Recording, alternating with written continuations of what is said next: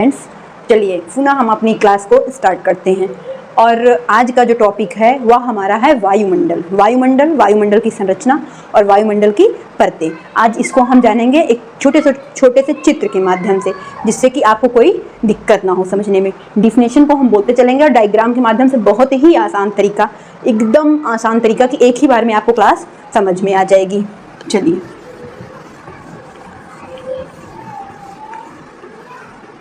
देखिए वायुमंडल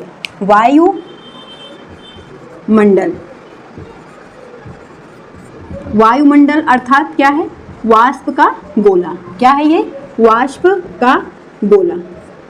ठीक, एक गैसीय आवरण। जैसे मान लीजिए यह आपका वायुमंडल है। क्या है? यह आपका वायुमंडल है और इसके चारों ओर एक गैसीय आवरण है। क्या है? गैसीय आवरण। यानी कि वायुमंडल के चारों ओर क्या है? गैसीय आवरण है। क्या है? गैसीय आवरण है। और आपकी वायुमंडल में किन किन गैसों का कितना % आवरण है, हम इस डायग्राम के माध्यम से इसको जानेंगे कि किस गैस का कितना % है। देखिए, नाइट्रोजन। आपके वायुमंडल में जो सबसे अधिक जो गैस है वह है नाइट्रोजन। उसके बाद ऑक्सीजन, जो हमारी जीवनदायिनी गैस है। उसके बाद कार्बन डाइऑक्साइड और उसके बाद अन्य गैसें, आर्गन, हीलियम, हाइड्रोजन इत्यादि। देखिए, वायुमंडल क्या है? एक वाष्प का गोला है, एक गैसीय आवरण जो वायुमंडल को पूरी तरह से ढके हुए है। अब कितने % है? देखिए 78, यानी कि यह आपका हो गया 50 ये, यानी कि 75 ये, 25 ये और 25 ये। अब देखिए इतना, यानी कि 78%, 78 इतना क्या है आपका? नाइट्रोजन। क्या है? नाइट्रोजन। यानी कि वायुमंडल में सर्वाधिक मात्रा में क्या है? नाइट्रोजन। उसके बाद देखिए, उसके बाद 21% में आपका है O2 यानी ऑक्सीजन। O2 यानी ऑक्सीजन। और 0.03% क्या है? Carbon dioxide. और 0.93 क्या है? अन्य गैसें। यानी कि आपकी वायुमंडल में है 78% क्या है आपका? नाइट्रोजन। क्या है? नाइट्रोजन। और 21% क्या है आपका? Oxygen, O2, oxygen. और 0.03% क्या है? CO2 यानी कार्बन डाइऑक्साइड। क्या है? Carbon dioxide. आर्गन्स 0.93%। 0.93% में कौन कौन सी गैसें हैं? आर्गन, हीलियम, हाइड्रोजन इत्यादि गैसें हैं। अब देखिए, आपका वायुमंडल क्या है? एक वाष्प का गोला है। वायुमंडल एक गैसीय आवरण से पूरी तरह से ढका हुआ है। और उन गैसीय आवरण में कितने % किस गैस का है? 78% नाइट्रोजन, 21% ऑक्सीजन और 0.03% कार्बन डाइऑक्साइड और 0.93% आर्गन, हीलियम और हाइड्रोजन। ऑक्सीजन क्या है? ऑक्सीजन वह है जिससे हम जीवित हैं। अगर ऑक्सीजन वायुमंडल में ना होता तो हम जीवित ना होते, यानी कि हम ऑक्सीजन को ग्रहण करते हैं। और वृक्ष हमारे लिए क्यों इंपॉर्टेंट है? क्योंकि वृक्ष क्या करते हैं? तो ये 0.03% कार्बन डाइऑक्साइड है, उसके बाद भी इतना ज़्यादा प्रदूषण है। अगर इतना 21% हो जाएगा तो हमारा क्या हाल होगा? इसीलिए हमें पर्यावरण के प्रति सचेत रहने की आवश्यकता है। तो रात्रि में पेड़ क्या करते हैं? रात्रि में उनको भी तो वो भी दिन भर आपकी कार्बन डाइऑक्साइड को ग्रहण करते हैं। तो रात में वो क्या करते हैं? रात में वो कार्बन डाइऑक्साइड को छोड़ते हैं और ऑक्सीजन को ग्रहण करते हैं। ठीक, तो यह आपका एक नॉर्मल सा डायग्राम। कभी कभी आपसे इस तरह के प्रश्न पूछे जाते हैं कि वायुमंडल में ऑक्सीजन का प्रतिशत है, कितना % है ऑक्सीजन? 21%। या तो इस तरह से प्रश्न पूछ लेता है कि वायुमंडल में सर्वाधिक गैस कौन सी गैस सर्वाधिक मात्रा में पाई जाती है? तो आपको पता है नाइट्रोजन गैस सर्वाधिक मात्रा में पाई जाती है। उसके बाद आता है नंबर, कार्बन डाइऑक्साइड कितना है? 0.03%। आर्गन्स कितने हैं? Argon, helium, hydrogen 0.93%। या तो हमारा हो गया वायुमंडल के बारे में। अब हम चलते हैं वायुमंडल की परतों के बारे में कि वायुमंडल की परतें क्या हैं, वायुमंडल की कितनी परतें होती हैं और कौन सी परत कितनी इंपॉर्टेंट है, इसके बारे में हम जानते हैं। चलिए, इसको हम मिटा देते हैं।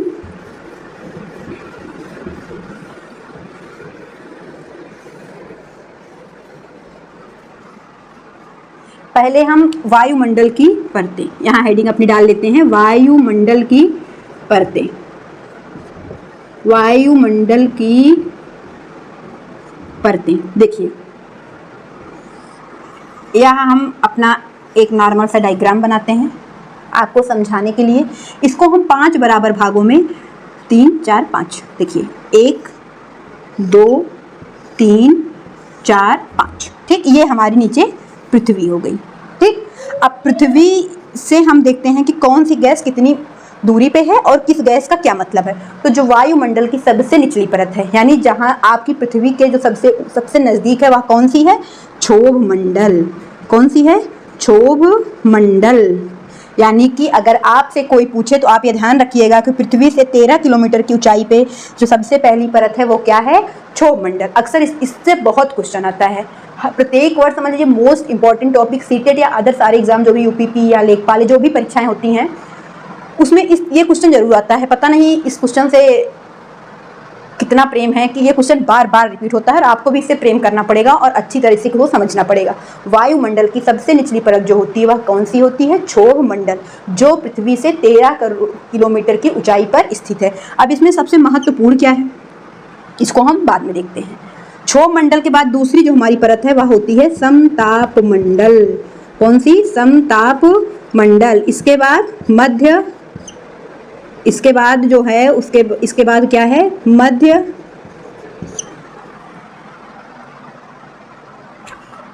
मंडल, मध्य मंडल, वाह्य बहिर्मंडल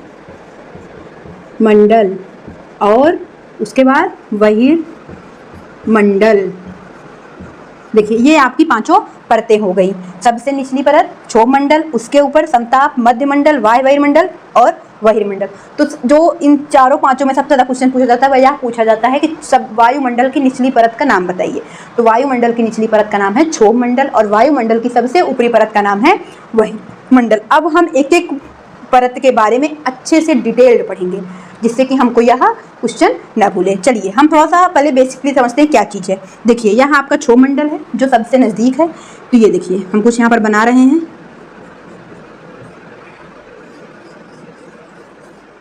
आप देखते हैं कि ठंडियों में अक्सर कोहरा पड़ता है, ओला वर्षण होता है, हल्का हल्का से ओला टाइप का गिरता है या बरसात होती है। तो यह मौसम संबंधी जो घटनाएं होती हैं आपको यह याद रखना है। पहली परत सबसे निचली परत क्षोभ मंडल। क्षोभ मंडल में क्या होता है? मौसम संबंधित घटनाएं होती हैं, ओला, बर्फबारी, वर्षा, यानी कि कुल मिला के मौसम संबंधी समस्याएं। दिक्कत किसमें होगी आपको? यह सारा क्षोभ मंडल में होता है। मौसम संबंधी घटनाएं किसमें होती हैं? क्षोभ मंडल। मौसम संबंधी घटनाएं क्षोभ मंडल, ओला वर्षण, कोहरा या वर्षा का होना किसमें होता है? क्षोभ मंडल। समताप मंडल सबसे महत्वपूर्ण। अगर आपसे पूछा जाए कि वायुमंडल की सबसे महत्वपूर्ण परत कौन सी है तो आप क्या बताएंगे? समताप मंडल। क्यों महत्वपूर्ण है समताप मंडल? क्योंकि इसी में आपकी, भाई बहुत अच्छी मेरी ड्राइंग नहीं है तब भी हम प्रयास कर रहे हैं बनाने की। चलिए ये क्या उड़ रहा है? हवाई जहाज। हवाई जहाज उड़ाने की जो आदर्श परत है वो कौन सी परत है? समताप। यानी कि जहाँ पर मौसम संबंधी घटना नहीं होगी। जैसे जहाँ पर बादल रहेगा तो हवाई जहाज उड़ाने में क्या होगी? समस्या होगी। समस्या नहीं होगी? बादल बने हैं, धुंध जैसे उड़ रहा है तो समस्या होगी, वो क्यों? एक इंसान उसको भी चला रहा है, भले वो एक। तो आपको यह याद रखना है कि मौसम संबंधी घटनाएं होती हैं सबसे निचली परत में। उसके बाद जिसमें मौसम संबंधी घटनाएं नहीं होंगी वह कौन सी परत है? समताप मंडल, जिसमें क्या उड़ाया जाता है? हवाई जहाज। हवाई जहाज, ये भी क्वेश्चन आता है कि हवाई जहाज उड़ाने के लिए सबसे उपयुक्त परत कौन सी है वायुमंडल की? तो समताप मंडल जो है आपकी हवाई जहाज उड़ाने के लिए सबसे महत्वपूर्ण परत है। और इस परत का सबसे महत्वपूर्ण वर्ग क्या है? ये देखिए, ये आपका क्या है? ये आपका है सूर्य। क्या है आपका? सूर्य भगवान है हमारे, ये जो बहुत ही गर्म है भाई। ये देखिए, तो सूर्य से क्या आती है पृथ्वी की ओर? ये हमारी पृथ्वी है, ये हमारी पृथ्वी है। ये जो किरणें आती हैं वो क्या बोलते हैं? अल्ट्रावायलेट किरणें या पराबैंगनी किरणें। अल्ट्रावायलेट किरणें या पराबैंगनी किरणें। तो इस समताप मंडल में ओजोन परत पाई जाती है। कौन सी परत? ओजोन परत पाई जाती है। जो ओजोन परत जो है वो हमारी पृथ्वी को किससे बचाती है? पराबैंगनी किरणों से ओजोन परत क्या करती है? हमारी रक्षा करती है। नहीं तो हमारी स्किन जल जाए, एकदम से हम फ्राई हो जाएं बढ़िया से।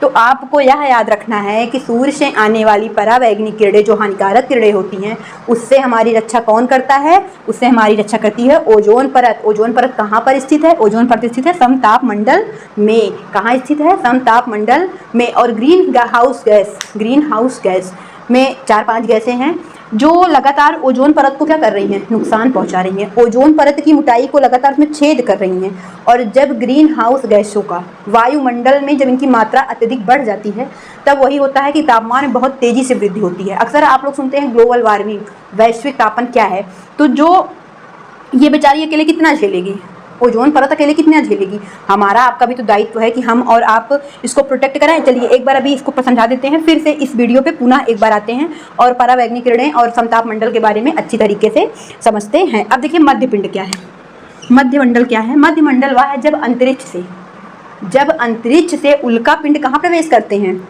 अंतरिक्ष से आपके वायुमंडल में क्या आते हैं, उल्का पिंड। क्या आते हैं, उल्का पिंड आते हैं। तो इसमें प्रवेश करने से ही उल्का पिंड जल जाते हैं। और उल्का पिंड क्या है आपको पता ही है, सूर्य के चारों ओर छोटे छोटे पत्थर टाइप के चक्कर लगाते रहते हैं और कभी कभी वो क्या करते हैं, टकरा के गिरते रहते हैं, कहीं गिर जाते हैं। तो कभी कभी लोग उसको बोलते हैं कि वो देखो टूटता हुआ तारा जा रहा है। ठीक, तो उल्का पिंड जैसे ही अंतरिक्ष से वायुमंडल में प्रवेश करते हैं तो क्या होते हैं, यहाँ पर आने के बाद वो जल जाते हैं। क्या होते हैं, जल जाते हैं। वायु बहिर्मंडल क्या है, इसमें आपके रेडियो संचार, रेडियो सुनते हैं आप। अब बताइए आपके पास इतना बड़ा रेडियो है और उसकी पूरी ध्वनि आप सुनते हैं, प्रसार भारती, दूरदर्शन, बहुत सारे हैं जो क्या करते हैं, रेडियो तक। तो रेडियो संचार जो किया जाता है वो किस मंडल में किया जाता है, किस परत में, वह आपका किया जाता है वायु बहिर्मंडल में। रेडियो संचार जैसी गतिविधियां किसमें कराई जाती हैं, वायु बहिर्मंडल में। और बहिर्मंडल यह मनुष्य के लिए बिल्कुल लाभदायक नहीं है और यह वायुमंडल की सबसे ऊपरी परत है। वायुमंडल की सबसे ऊपरी परत कौन सी है, सबसे ऊपरी परत है बहिर्मंडल। सबसे ऊपरी परत है बहिर्मंडल और यह बहुत पतली परत है। क्या है, यह बहुत पतली परत है। और इसमें क्या है, इसमें हाइड्रोजन और हीलियम जैसे हल्के द्रव पाए जाते हैं। यह तो आपकी 5 परतों के बारे में एक शॉर्ट्स वीडियो हो गया। एक बार हम पुनः डिस्कस कर लेते हैं जिससे आपको अच्छी तरह से याद हो जाए। आप इसको अपने नोट्स बना सकते हैं क्योंकि व्हाइट बोर्ड पे हम लिखते हैं, मुझे लगता नहीं है कि आप लोग उसको कॉपी कर पाते होंगे, तो हम उसको बोलते जा रहे हैं और आप लोग अच्छे से उसको समझिए, जो दिक्कत हो उसको आप लोग बताइए। देखिए आपको समझना है वायुमंडल में कितनी परतें हैं, 5 परतें हैं। सबसे निचली परत जो वायुमंडल की है वह कौन सी है, क्षोभमंडल। मौसम ही संबंधित घटनाएं यानी मौसम से संबंधित घटनाएं किस परत में होती हैं, मौसम संबंधित घटनाएं आपकी होती हैं क्षोभ मंडल में। उसके बाद आपका आता है समताप मंडल, हवाई जहाज उड़ाने की जो आदर्श परत होती है वह समताप मंडल है। ओजोन परत किसमें पाई जाती है, समताप मंडल। सूर्य से आने वाली परावैंगनिक किरणों से ओजोन परत हमारी रक्षा करती है, वह किस मंडल में होता है, समताप मंडल में। उसके बाद मध्यमंडल में क्या होता है, इसमें प्रवेश करने पर अंतरिक्ष से जो वायुमंडल में उल्कापिंड प्रवेश करते हैं वह इसमें प्रवेश करने से ही जल जाते हैं। उसके बाद वायु बहिर्मंडल में क्या होता है, रेडियो संबंधित गतिविधियां कराई जाती हैं, रेडियो संचारित किया जाता है। और वायुमंडल की सबसे ऊपरी परत जो है वह कौन सी है, वायुमंडल की सबसे ऊपरी परत जो है वह है बहिर्मंडल। और इसमें हाइड्रोजन, और यह बहुत ही पतली परत है और इसमें हाइड्रोजन और हीलियम जैसे द्रव क्या होते हैं, तैरते रहते हैं। यह आपका टॉपिक हो गया।